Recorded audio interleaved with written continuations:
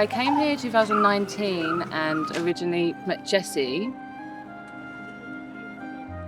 going around feeding all of the street dogs. And she had, I think, about 10 dogs in her house.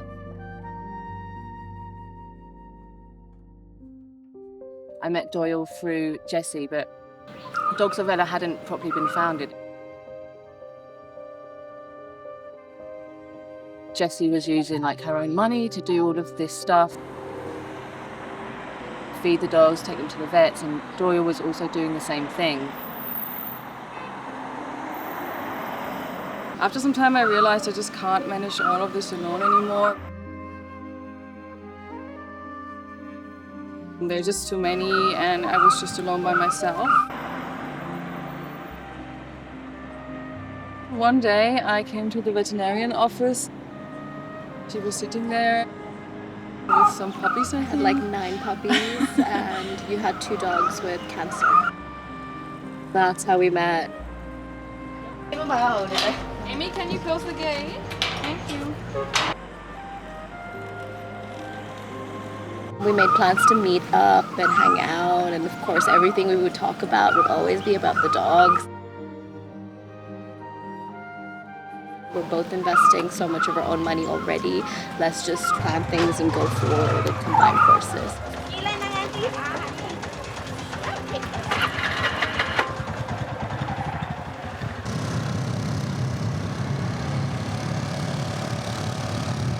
It's crazy, it's really shocking when you first come here. It's hard not to want to help. We actually have to choose which dog is in most desperate need.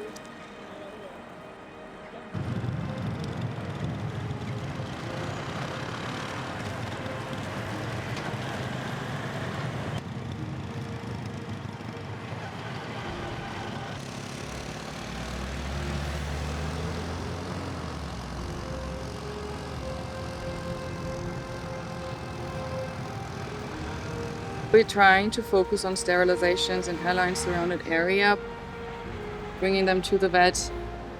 The dogs get sterilized and even vaccinated, and then release them again.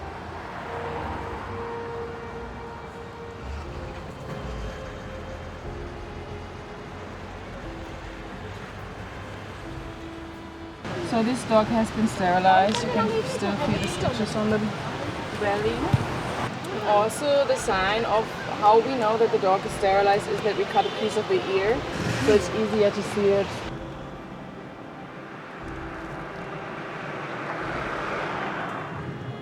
The dogs are hiding under the tuk-tuks because it's really cool because of the shadow.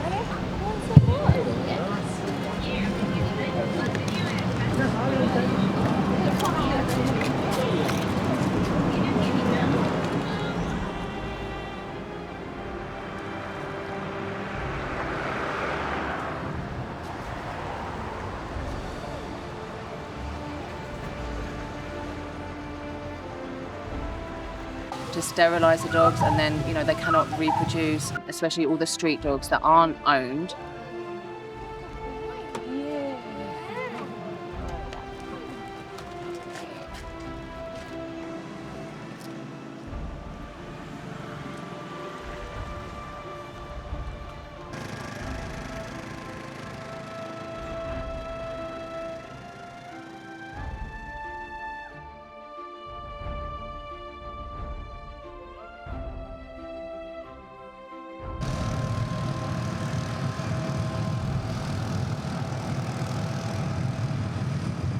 The current vet we're working with together, his name is Dr. Mohan. He is very important for us because we almost visit him every day. He has a very bad skin rash and already got some wounds, especially on the ear. I think the condition elsewise is okay. Maybe we take a blood sample. And in the end, we vaccinate him through the stages and sterilize, chip his ear, and then because we put him back to Ravana. For helping us so much. He's always available. Without him, it would be way harder to run this charity. Dr. Mohan is very, very special because he also has a genuine love and care for the dogs.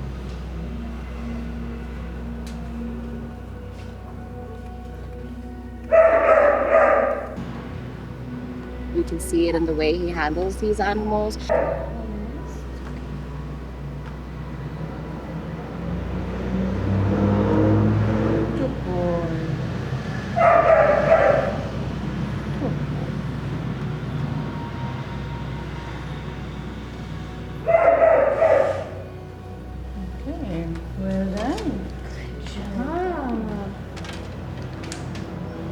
He really introduces us and helps us to understand what's actually wrong with the dogs. He lets us see, like, okay, this is how it looks like. It's difficult to see. He said that this knob here, it's dead. It's dead, no? But I can see it. Small black spot. We have to get rid of them.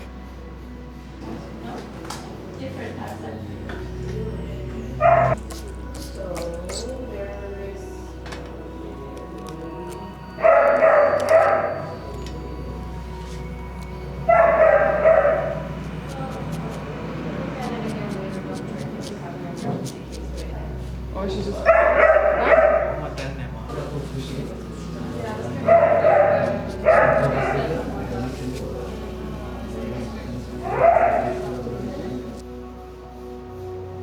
There's always new dogs to rescue.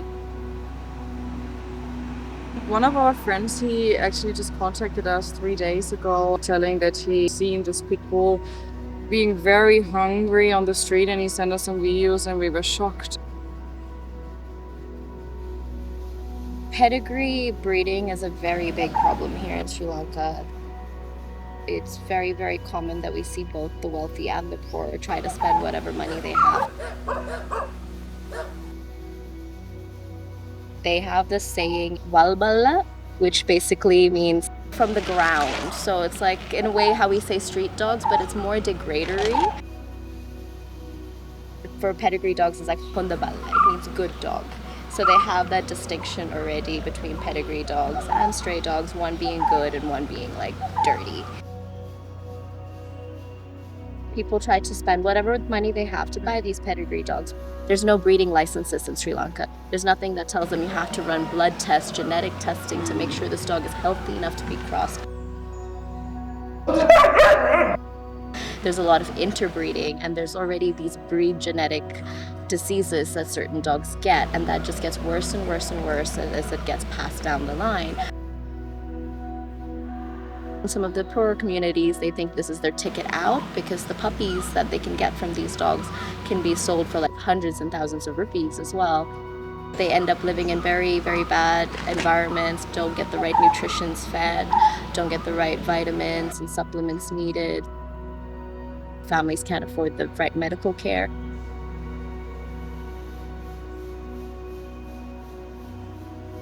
Anyone who's visited Sri Lanka and traveled around Sri Lanka, you just look out the window and you see the condition of how many dogs are on the street.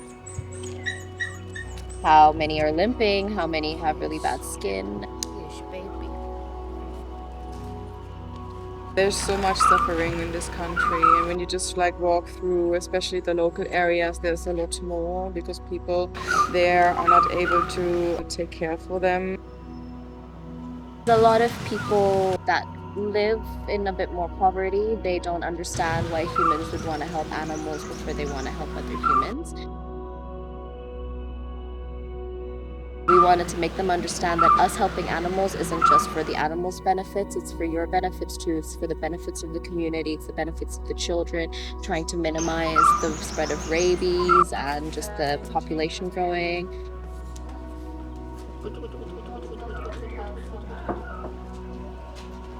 And then when they started understanding that more, then they would reach out to us themselves. We saw it change during our sterilization project. The first year we did it was super hard. Not many locals brought their dogs in. A lot of people tried to even stop us from catching the dogs in the community. People would be angry with us for taking their dog to the vets, and we're like, oh, so sorry, like we didn't know this dog had an owner at all. People don't have money to really care for them or feed them, and they don't want to sterilize them because they feel it's not right. In a Buddhist community, they think it's a sin to sterilize another dog because they think in your next life's karma, you won't be able to have children. So we had to let them know the benefits of sterilization and that you can't hold on to those kind of beliefs because you're causing suffering. When they started seeing the dogs in Ella, like the numbers getting better, the rashes getting better, and all of that, then they became actively open to the idea of what we're doing. Hello. Also, die haben keine Rückfallreihe. Oh, another.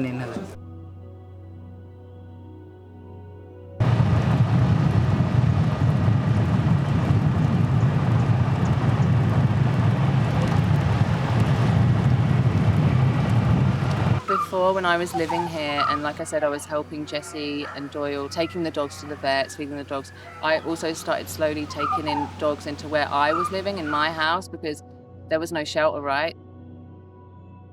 We had to keep the dogs someplace, and they're like taking in more and more.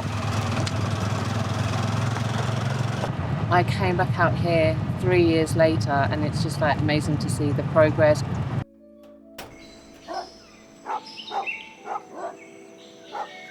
All of the dogs that were like once puppies when I was here before. It's really cool to come back here again and just help out and just see the progress that they've both done from starting so small to now something that's really amazing. The shelter is built for 25 dogs, but now we have 34. 34. I think this is what usually happens to most of the charities, even worse. If there's an emergency and we know this dog can't survive on the streets anymore, bless you, then we decide to take the dog in. We have this internal system where it says every 4 dogs out means we actually have space for 1 dog in, which is really hard to follow when you don't have enough adoptions happening. We've moved 5 dogs now from the shelter to our own homes as well, just to make more room in the shelter. If there's not enough space, like if there's like 15 dogs in a tiny area, that's not okay for their mental health and for the fights that happen internally either. We always say that yes, we have a big responsibility. There's a lot of dogs outside that we need to help, but the dogs that we've already helped here, they have to be our first priority. We didn't work so hard to give them such a good life just to end up having them suffer once they're with us. So pretty. Cinnamon? I know it's really hard for some people to understand when we say no, we can't help, we're full, but it hurts us too. But we have to think about like these guys, like look, Waka, she can't walk anymore, so we have to give her the best quality of life we can. And if we had like 20 dogs in her area that are just running over her all the time, it wouldn't be a good life for Look Waka. So we have to think about those kind of things too. She was in Ella town and someone contacted us saying they think she's pregnant and maybe hit by a car because she was like unstable. We found out she's not pregnant. She just had some kind of cyst in her stomach as well, which we thought initially might be maybe pressing on some nerves and stuff, causing her to lose balance.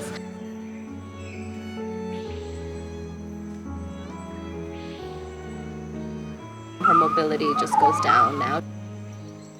So then we did an x-ray to see if it was spinal damage, and it wasn't spinal damage. We did all the other blood tests and stuff. It had to be something neurological.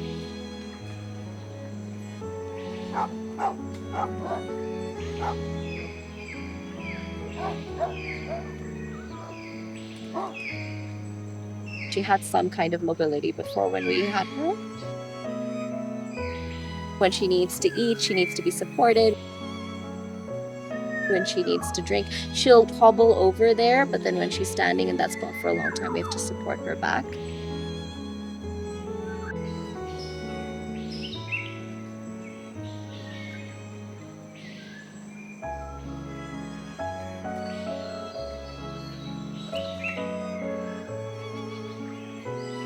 It's neurological, and unfortunately, there's no MRI facilities.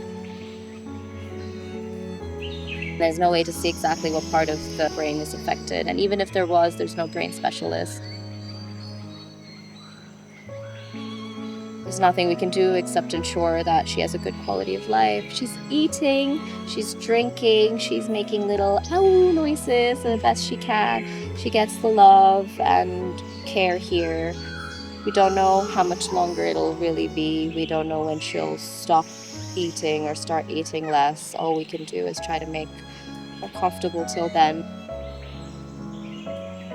When we notice that her quality of life is really decreasing to the point where it's becoming a struggle for her just to live, then we'll have to make the decision what's best for her to stop the suffering, unfortunately.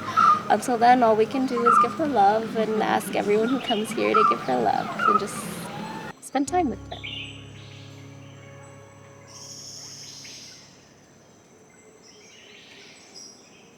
බල්ලෝ නාවනවා මේ අපාගත්තාම බීත් දානවා ඊට පස්සේ ඒගොල්ලන්ට කෑම දෙනවා දෙපාරක් කෑම නාලාම දෙනවා ඉතින් ඒගොල්ලන්ට ඒක ශ්‍රී කරනවා මොකක් හරි ලෙඩ අකරුණා හොස්පිටල් එකක් අරන් යනවා පාරින්න සත්තුන්ට බඩගින්න ඉදිමෙන් කෑම අරන් ගිහලා දෙනවා. පාරින්න සත්තුන්ගේ තුවාලලා හිටියාම ගිහලා බේත් කරනවා. බැරි වුණොත් හොස්පිටල් අරන් ගිහලා ඇඩ්මිට් කරනවා. මං ඇවිල්ලා දැන් අවුරුද්ද සේවිස් එකේ වැඩ කරේ. ඒන් ඉතින් අවුරුද්දෙන් අවුරුද්දට වැඩ කරලා අයින් වෙනවා. ඉතින් රණ්ඩු වෙලා එහෙම අයින් වෙනවා. මේ ඇවිල්ලා එහෙම ප්‍රශ්න නැහැ. මේ සත්තුත් එක්ක ඉන්නකොට ගොඩක් කැමති. මම මුලින්ම ගාමට ගියේ. ගාමට ගිහලා ඉවරලා ඊට පස්සේ මං ගෙවල් ගාම මාමා කෙනෙක් එක්ක වැඩට ගියා. ඊට පස්සේ පොඩි ප්‍රශ්නයක් කළා ගෙදරින් ගිහලා ඉද්දි මාමා තමයි මේ වැටෙන්න කිව්වේ. සත්තුත් එක්ක ඉද්දි මාර නිදහසක් දැනෙනවා. හොඳින් බලන්න ඉන්න තමයි ඉදිරියට කල්පනා.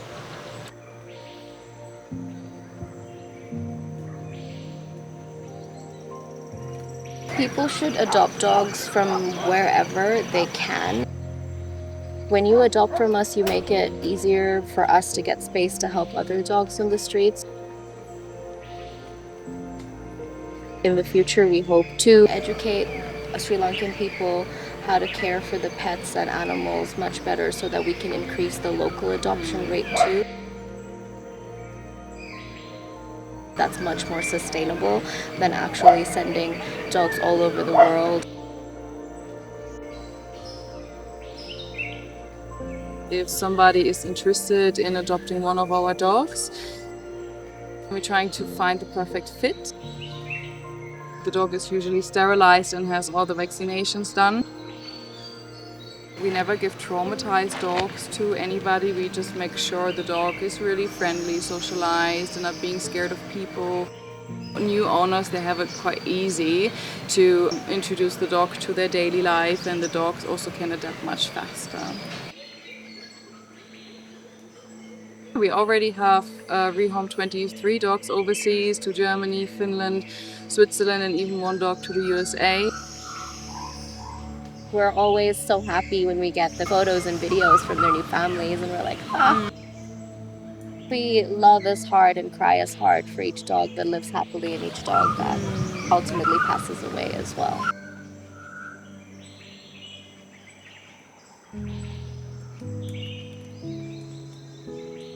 Good girl. Her name is Nangi.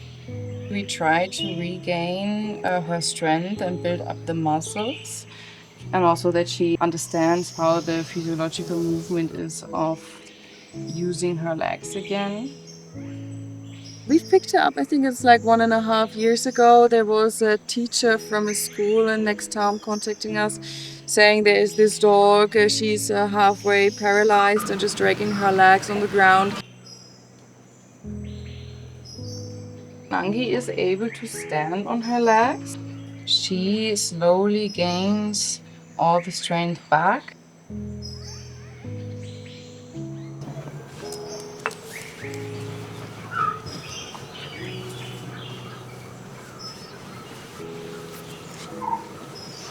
So as she was dragging her legs on the ground, she had like big wounds on her knees and on her feet. So now what we're trying to do is a lot of physiotherapy and Ayurvedic massages to maybe regain her strength and her muscles, because she still have feelings.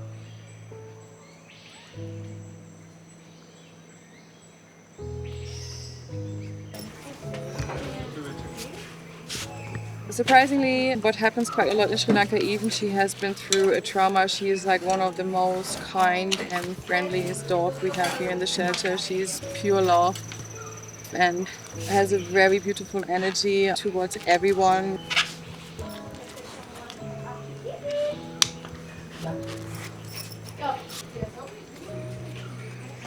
She apparently was beaten by somebody. That's why she stopped walking and using her back legs.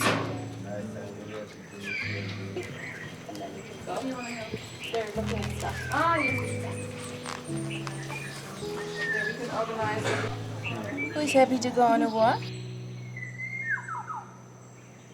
We believe that she might walk again future-wise. She also has a wheelchair for now, so we're taking her out on the walks.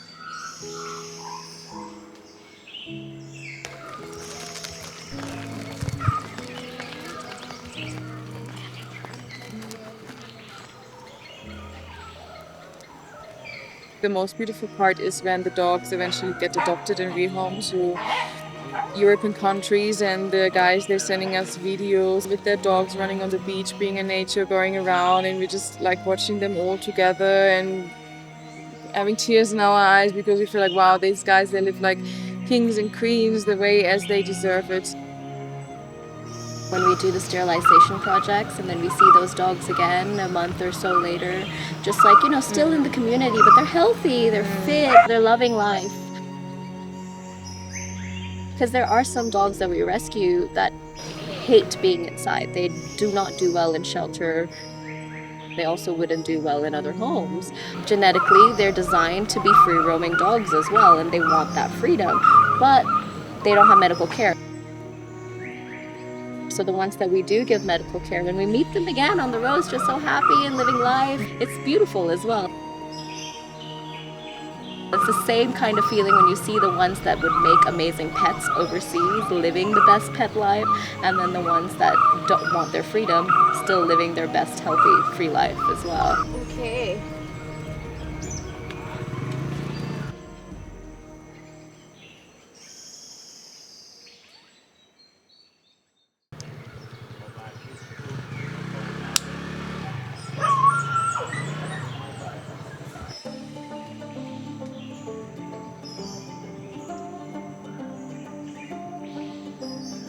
Cinnamon was attacked by a porcupine.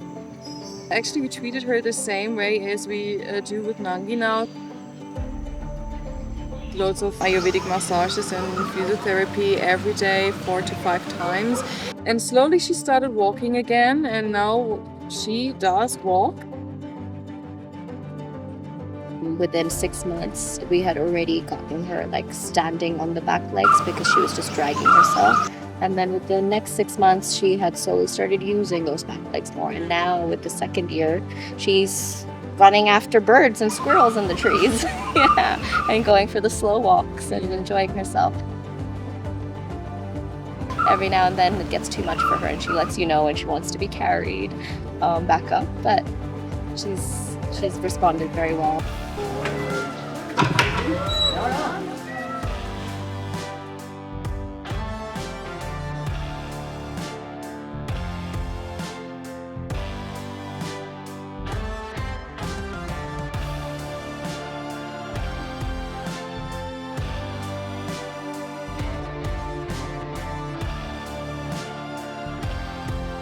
Jess and I, we really see ourselves as like the mothers to all these dogs.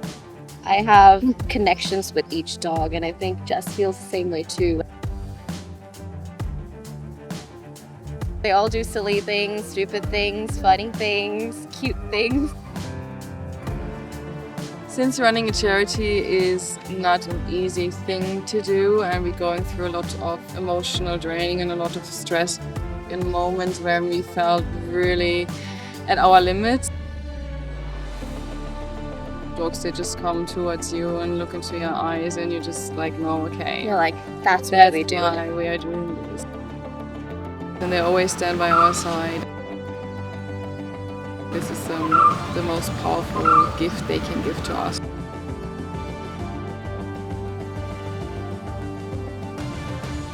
When we started this, we befriended a lot of other organizations too, and tried to learn the best from them. And I think from the very beginning we realized that this would take over the rest of our lives very quickly. It helps us growing mentally and spiritually in many ways. Transformed us to very confident women.